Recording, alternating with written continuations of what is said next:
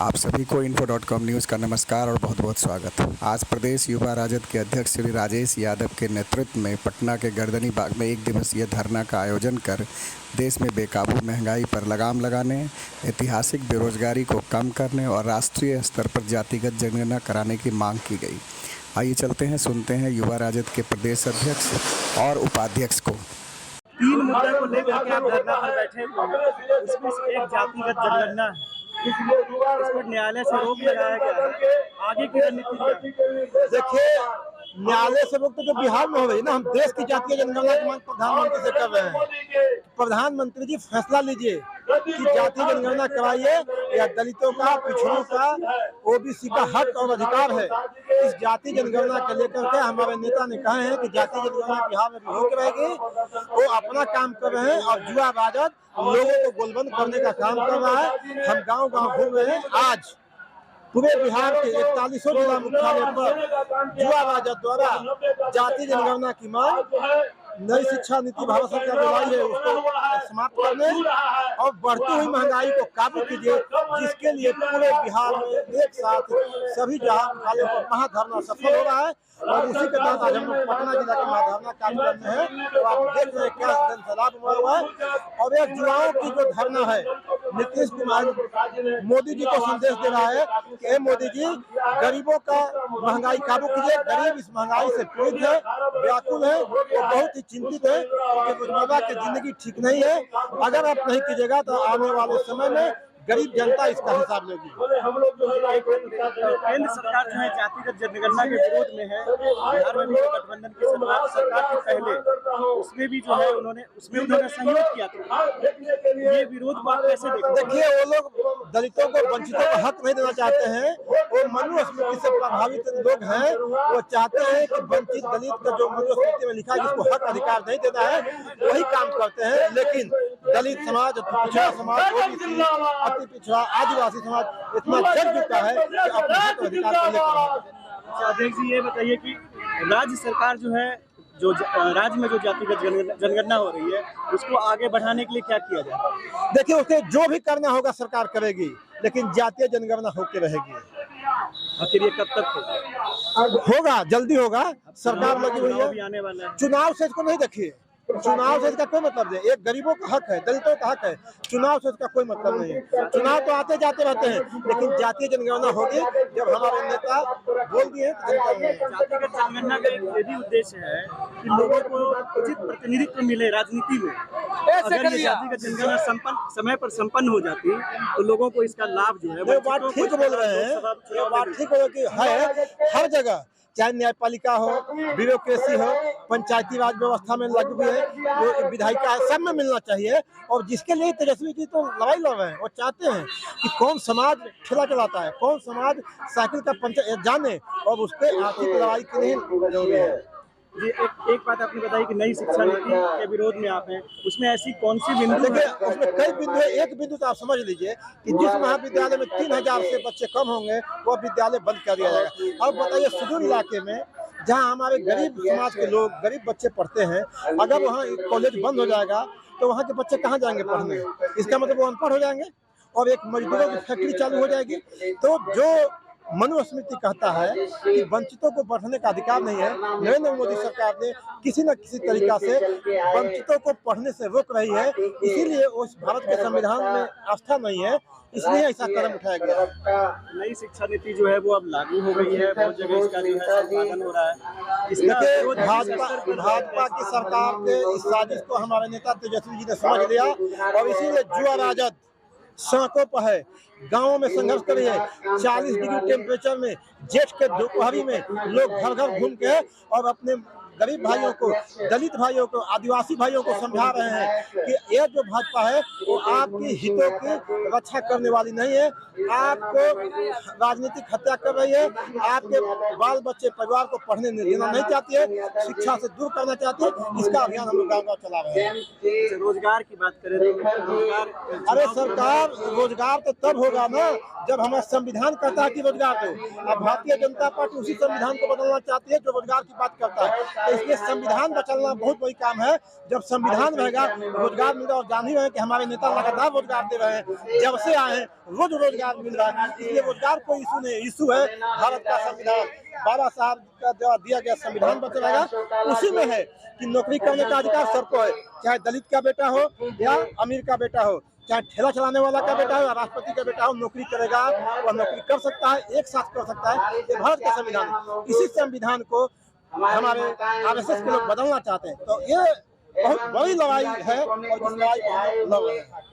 एक अंतिम सवाल, विपक्षों का जो है सम्मेलन होने वाला था 13 तारीख को, वो स्थगित हो गया है, इसका डेट बढ़ाया गया तो नहीं मालूम है हमको, तो क्योंकि हम लोग अपने इस धरने में लगे हुए हैं, इस कार्यक्रम में लगे हुए हैं। सबका सब काम नहीं है, वो नेताओं का काम है। हमारे नेता देख रहे हैं, हम लोग का सेना का काम है कि उनके संदेशों को लेकर गाँव में जाए, गलियों में जाए, चाहे जेठ की दोपहरी हो, बरसात हो, सर्दी हो, उसको लेकर के जाना है। बहुत बहुत धन्यवाद। Thank you. ये थे राजेश यादव। बताइए धरना का उद्देश्य बताइए। देखिए, आज संपूर्ण क्रांति दिवस के अवसर पर जातिगत जनगणना, नई जो केंद्र सरकार के द्वारा नई शिक्षा नीति जो लागू की गई है उसके विरुद्ध में, एवं बढ़ती हुई महंगाई, जो कमर तोड़ महंगाई देश में है, उसके खिलाफ में आज धरना युवा राष्ट्रीय जनता दल की ओर से रखा गया है पूरे बिहार में। इसलिए पटना जिला मुख्यालय पर भी धरना दिया जा रहा है। इन सब तीनों मुद्दों को लेकर के आज हम लोग पटना जिला मुख्यालय पे बैठे हैं। महंगाई की बात है, गैस की कीमत जो है वो 1150 1200 रुपये है, 1200 से ऊपर है।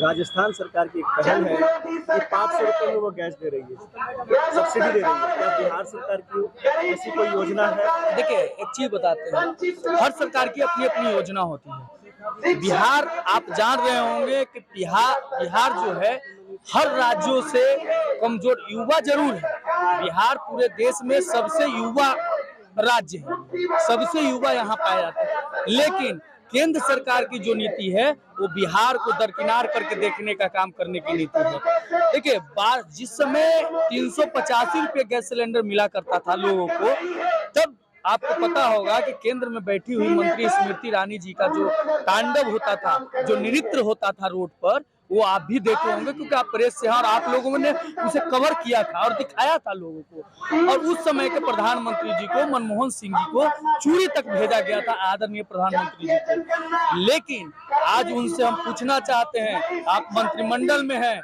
आप सदन में हैं, लेकिन आप महंगाई पे सवाल क्यों नहीं उठाते हैं? आज आपका चूड़ी नरेंद्र मोदी जी के लिए क्यों नहीं जाता है? क्यों आप चुप बैठी हुई हैं? ये तो सवाल जनता करेगी ना, ये तो पूछने का अधिकार जनता को है ना, यही पूछा जा रहा है। तो फिर इसमें दर्द क्यों हो रहा है लोगों को? तो महंगाई आप देख लीजिए, इतिहास में पहली बार पूरे देश, हिंदुस्तान में पहली बार ऐसा हुआ कि आपको याद होगा पेट्रोल से भी महंगा डीजल हो गया था। जब कच्चे तेल का कीमत अंतर्राष्ट्रीय बाजार में $112 प्रति बैरल हुआ करता था, तब यूपीए के गवर्नमेंट में यहाँ 60 रुपये, 65 रुपये, हार्डली 70 रुपये तक पेट्रोल गया था। लेकिन आज पेट्रोल का कीमत कितना है? 107। लेकिन अंतर्राष्ट्रीय बाजार में कच्चे तेल का कीमत कितना है? 70। कितना कमा? $42 कम गया। लेकिन कहाँ है कीमत, कहाँ है? 107। तो आज महंगाई नहीं दिख रहा है। तेल का कीमत, आटा का कीमत, चावल का कीमत, रिफाइंड का कीमत जिस तरीके से बढ़ रहा है, लोग, गरीब लोग भोजन नहीं कर पा रहे हैं। कोई एक टाइम खाता है, दूसरा टाइम नहीं खाता है। युवाओं को जो ठगा गया, कहा गया क्या भाई प्रत्येक साल 2 करोड़ रोजगार देंगे, लेकिन आज 9 साल से ऊपर हो गया, 9 दूनी के 18 करोड़ होना चाहिए था, लेकिन कितना मिला? 7 लाख। परसेंटेज वाइज जोड़िए कितना हुआ? तो आखिर जनता सवाल क्यों ना उठे? आपने एक सवाल हमारे अध्यक्ष जी से कहा कि जातीय जनगणना पर तो कोर्ट ने रोक लगाया। नहीं, कोर्ट ने रोक नहीं लगाया। उन सामंतवादी लोगों के पिटीशन पे कोर्ट ने ये कहा कि अगली सुनवाई तक इसे स्थगित किया जाता है। तो भाई कौन मनवादी लोग हैं? कौन चाहते हैं कि जातीय जनगणना न हो? आखिर क्यों? पेड़ों की गणना हो सकती है, पंछियों की गणना हो सकती है, जानवरों की गणना हो सकती है, यहाँ तक कि SC ST की भी गणना होती है, लेकिन ओबीसी की गणना क्यों नहीं? आखिर किनके पेट में दर्द है? मंडल कमीशन से डर किनको लग रहा है कि फिर से मंडल कमीशन का वह राज आ जाएगा जिसमें गरीबों का शासन, ओबीसी का शासन आ जाएगा। हमारे पूर्वजों ने कहा था 100 में 90 शोषित है, 90 भाग हमारा है। धन धरती और राजपाट में 90 भाग हमारा है। आखिर वही तो हम खोजना चाहते हैं कि धन धरती और राजपाट में 90 भाग हमारा है। आखिर हमें 90 कैसे मिलेगा? आखिर हमको तो गणना हमारी पता होनी चाहिए ना। आशंका व्यक्त करते हैं लोग कि इससे जातिवाद और बढ़ेगा। क्या जातिवाद कम है? जब आप देश के, आप एक चीज बताइए, संसद का उद्घाटन हो रहा था, नौकरी देने का संसद का मुख्य जो केंद्र बिंदु होता है, जो संसद का वो राष्ट्रपति होते हैं मुख्य, लेकिन उद्घाटन कौन किया? और उन्हीं को जब राष्ट्रपति बनाया जा रहा था तो जाति की बात किसने की थी कि हम आदिवासी से दे रहे हैं, आप टिकट बांटते हैं, आप कहते हैं कि जातिवाद बढ़ जाएगा, आप टिकट बांटते हैं तो आप जाति देखते हैं किस जाति को कहां से टिकट, किस विधानसभा से देना है। युवा जब फॉर्म फिलअप करने जाता है, फॉर्म फिलअप करने से पहले उसे जाति भरनी पड़ती है कि नहीं भरनी पड़ती है? तो सरकार जाति खत्म करना कहाँ चाहती है? सरकार यहाँ तक बोली कि अगर ओबीसी जनरल कैटेगरी से भी ऊपर मार्क्स लाता है, अगर कट ऑफ मार्क्स ऊपर लाता है, फिर भी आपको अपने आरक्षण कोटे से जाना होगा। ये सरकार ने कही है, जाति की बात नहीं है। तो जाति कहाँ बढ़ रहा है? वहाँ की यहाँ हम अपना अधिकार मांग रहे हैं तो जाति की प्रचार हम कर रहे हैं, और आप अपने सत्ता में कुर्सी पर बैठने के लिए जाति का प्रचार करें तो अच्छा है। मतलब आप करें तो रास लिया, हम करें तो कैरेक्टर दिया। अच्छा, इस 7 जुलाई को जो अगली सुनवाई होनी है, उसको लेकर के क्या तैयारी? देखिए तैयारी क्या है, हम मांग कर रहे हैं, ये जनता का मांग है। आप देखिए महिलाएं, दलित महिलाएं, अति पिछड़ा लोग आए हुए हैं, देख रहे होंगे, युवा की जनसंख्या देख रहे होंगे, महिलाओं की जनसंख्या देख रहे होंगे। आप देखिए ये आम जनमानस की मांग है। बिहार में ही नहीं पूरे देश में जातीय जनगणना होना चाहिए। और आपको याद होगा जब यहाँ बिहार में भी एनडीए की सरकार थी तो हमारे नेता ने कहा था कि अगर जातीय जनगणना नहीं कराया गया तो पटना से दिल्ली तक हम पैदल मार्च करेंगे। आज फिर वही नारा है, अगर पूरे देश में जातीय जनगणना नहीं किया गया तो पटना से दिल्ली तक पैदल मार्च होगा।